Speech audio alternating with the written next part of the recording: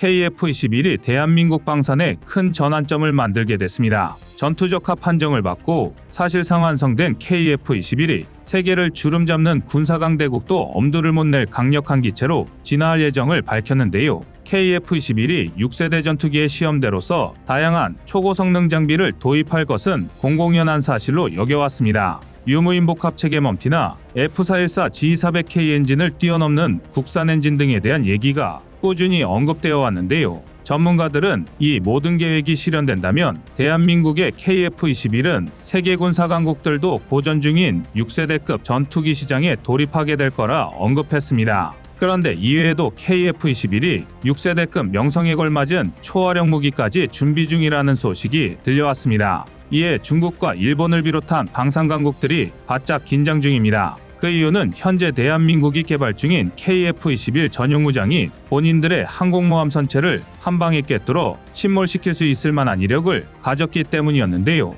그래서 준비했습니다. 대한민국이 극비리에 개발 중인 KF-21 최종 진화 형태가 어떻게 될지 자세히 알아보겠습니다. 만약 우리나라가 서해에서 중국의 랴오닝함 항모전단과 맞붙게 된다면 어떻게 될까요? 랴오닝함은 중국이 자랑하는 최강의 전력 중 하나로 손꼽힙니다. 게다가 그 수도 굉장히 많아 미국조차 위협을 느낄 정도인데요. 항공모함의 수준은 어떨지 몰라도 중국 특유의 인해 전술을 떠올려보면 대한민국 입장에서도 심각한 위협일 수밖에 없습니다. 그런데 전문가들은 우리나라가 랴오닝함 항모전단에 질 수 없는 구조라 말합니다. 그 이유는 대한민국이 6세대급 KF-21을 준비 중이라 보고 있기 때문인데요. 게다가 KF-21에 전용 초음속 공대함 미사일이 장착될 거란 일각의 주장이 힘을 얻고 있습니다. 대한민국이 KF-21용으로 시계외 공격이 가능한 램제트 공대공 미사일이 있으며 여기서 멈추지 않고 덕티드 램제트 공대공 미사일을 공대함 유도탄 2 버전으로 만들고 있다는 것입니다.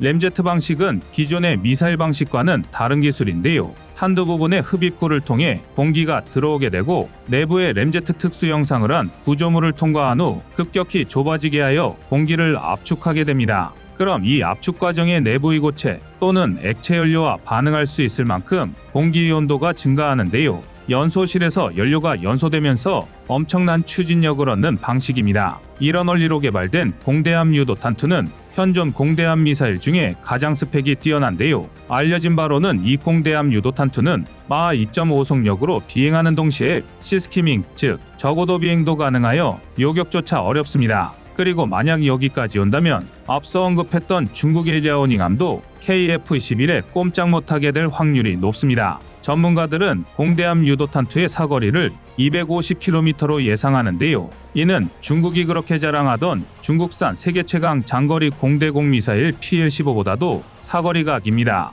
중국이 공개한 젠20의 PL-15 실사격 영상에서 PL-15의 사거리가 200km로 표기된 것을 보면 50km나 더 긴 셈인데요. 더군다나 전문가들은 중국의 젠20의 A사 레이더인 KLJ-5가 KF-21 보라매 정도의 레이더 단면적을 가지고 있는 전투기를 보려면 최소 100km까지 접근해야 한다고 말하고 있습니다. 젠20의 최대 교전 가능 거리가 우리나라 KF-21보다 짧기 때문에 KF-21 보라매가 해상에서 제공권의 우위를 점할 수 있습니다. 만약 우리나라 서해에 출현한 랴오닝함을 공격하기 위해 KF-21 보라매가 출격하면 중국도 대응하기 위해 본토에서 젠20을 출격시킬 것인데요. 우선 KF-21 보라매가 공대함 유도탄2로 가장 걸리적 거리는 랴오닝함을 250km 정도 거리에서 타격하고 시작할 수 있습니다. 젠20 PL-15의 최대 사거리가 200km라는 것을 감안하면 중국이 가동할 수 있는 표적 연동 시스템을 풀가동해도 KF-21 보라매의 공대함 유도탄2 공격 전에는 PL-15 미사일로 공격할 수 없습니다. 중국의 항모호위 전력도 아무 대응 못하긴 마찬가지입니다. 마하 2.5의 속력과 저공 비행으로 요격 불가능한 공대함 유도탄2가 랴오닝함을 타격하고 자연스럽게 랴오닝함이 침몰당할 것이며 젠15 함재기들도 바다에 수장될 것이죠. 전쟁이 이렇게 간단하지는 않겠지만 공개된 레이더 탐지거리, 속도, 무장의 사거리들을 종합해 볼 때에는 이런 간단한 시나리오가 나옵니다. 하지만 이 소식을 들은 세계의 주요 국가들은 대한민국이 무모한 도전을 한다며 조롱하고 있습니다. 특히 일본이 우리를 많이 비웃고 있습니다. 현재 대한민국 수준으로는 초음속 공대함 미사일은커녕 6세대기도 망상에 불과하다는 것입니다. 일본은 현재 영국과 6세대기 개발을 위한 협업을 고도화하고 있는데요. 엔진 개발 공동협력에 더해 각종 체계를 함께 개발해 2030년대까지 세계를 주름잡을 6세대 전투기를 개발하겠다는 포부를 밝히고 있습니다. 그 중심에는 F9 엔진이 있습니다. F9 엔진은 엔진 입구 지름 1m, 길이 4.8m, 자체 중량이 1.2톤으로 F21랩터S인 F119 엔진보다 600kg이나 가벼우면서 추력은 동등하거나 오히려 우위인 엔진입니다. 일본은 이 엔진을 업그레이드해 강력하고 빠른 6세대 전투기 F3를 개발 중인데요. 그리고 이 계획대로라면 우리가 KF-21 보라매를 4.5세대에서 5세대기로 업그레이드할 때 일본이 6세대기를 완성하게 됩니다. 이렇게만 보면 일본이 우리를 무시하는 게 당연할 수도 있습니다. 그러나 실상은 다릅니다. 일본의 차세대기 계획에서 현재 제대로 공개된 것은 엔진이 설계가 전부이며 그마저도 너무 현실성이 떨어진다는 평가를 받고 있습니다. 그래서 매번 엄청난 것을 만들겠다며 초고가의 최첨단 장비로 설계를 짜다가 정작 실물은 결함투성이를 내놓은 과거의 사례를 반복할 게 뻔하다는 것이 군 전문가들의 판단인데요.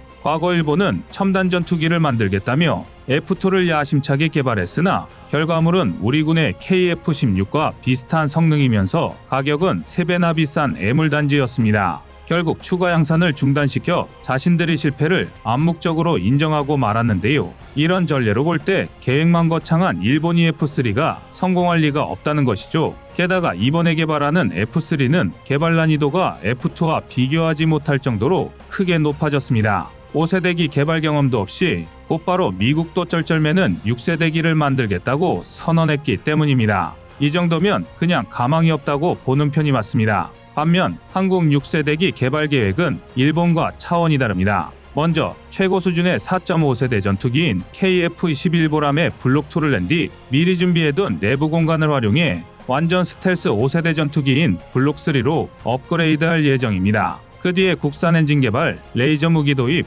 유무인 복합 전투 체계 구현 등을 통해 6세대기에 쓰일 기술을 제한적으로 보유한 5.5세대기로 개량하고 경험을 쌓습니다. 그 속을 더 들어가 보면 정말 대단한데요. 먼저 KUSX, 멈티와 같은 유무인 항공기 기술을 이용해 전투기 조종사가 무인 항공기를 통제해 함께 작전하는 기술은 이미 70% 이상 개발이 완료됐다는 평가를 받고 있습니다. 국방과학연구소 관계자는 무인 스텔스기 개발 과정을 3단계로 나눈다면 그중 2단계는 이미 끝났고 3단계를 마무리 중이다라고 밝히기도 했는데요. 전문가들은 방위사업청, 국방부 같은 국가 핵심 기관들이 유무인 복합 전투 계획을 자신있게 발표할 수 있는 것도 이런 기술 축적에 따른 자신감 덕분이라고 말합니다. 레이저 무기 역시 상당한 수준인데요. 우리 군은 이미 지난 2020년 9월에 20kW급 고에너지 레이저 무기의 시험 발사를 끝마쳤고 현재는 차량에 탑재할 50kW, 100kW급 레이저 무기 개발에 박차를 가하고 있습니다.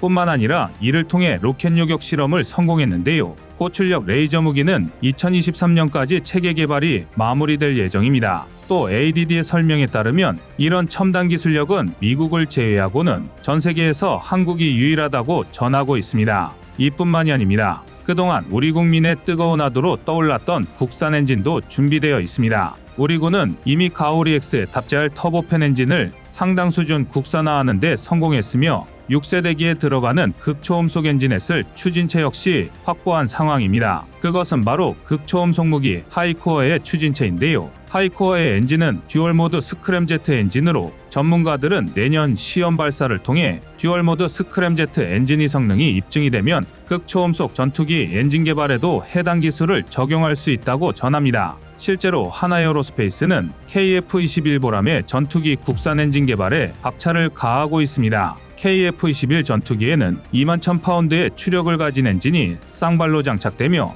엔진 조립 과정은 극히 일부 공정을 제외하고 대부분 수작업으로 이뤄집니다. KF-21 전투기뿐만 아니라 군수항공 엔진은 그 종류가 다양하고 규격과 기준이 제각각이며 대부분 소량 생산하기 때문에 자동화 적용이 어렵습니다. 또한 아주 간단한 조립 절차에도 엄격한 규격과 기준이 요구되기 때문에 기술자의 숙련도와 엄격한 품질 검증이 필요합니다. 하나에어로스페이스의 경우 경력 20년 이상의 마스터, 기술사, 기능장 등 고도로 숙련된 엔지니어들이 작업을 이끌고 있습니다. 그렇기에 국산 엔진 개발이라는 어려운 과제도 수행할 수 있죠. 회사 관계자에 따르면 하나에어로스페이스는 당장이라도 고성능의 전투기 엔진 국산화가 가능하다고 합니다. 하나에어로스페이스는 이미 전투기급 엔진에 적용되는 지름 1m의 고효율 압축 팬 블레이드를 개발했습니다. 또한 국내 중소기업이 제트 엔진에서 가장 중요한 고열 부품의 단결정 특수압금 기술을 개발하고 팬블레이드를 생산해 미국의 주요 엔진 회사에 납품하고 있기도 합니다. 제트 엔진의 성능을 좌우하는 핵심 부품의 국산화는 사실상 거의 이루어져 있는 것이죠.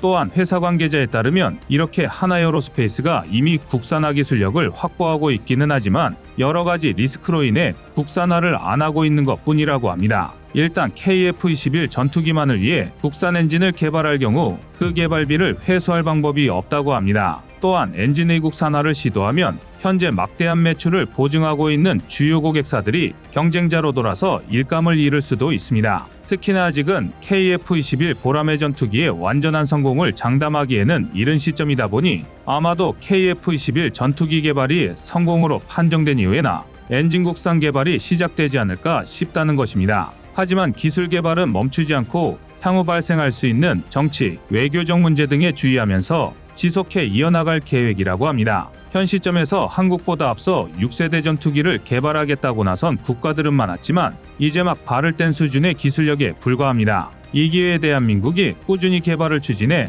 다른 나라들보다 먼저 6세대기를 보란듯이 개발해내길 바랍니다. 이상 꺼리튜브의 두 번째 미션이었습니다.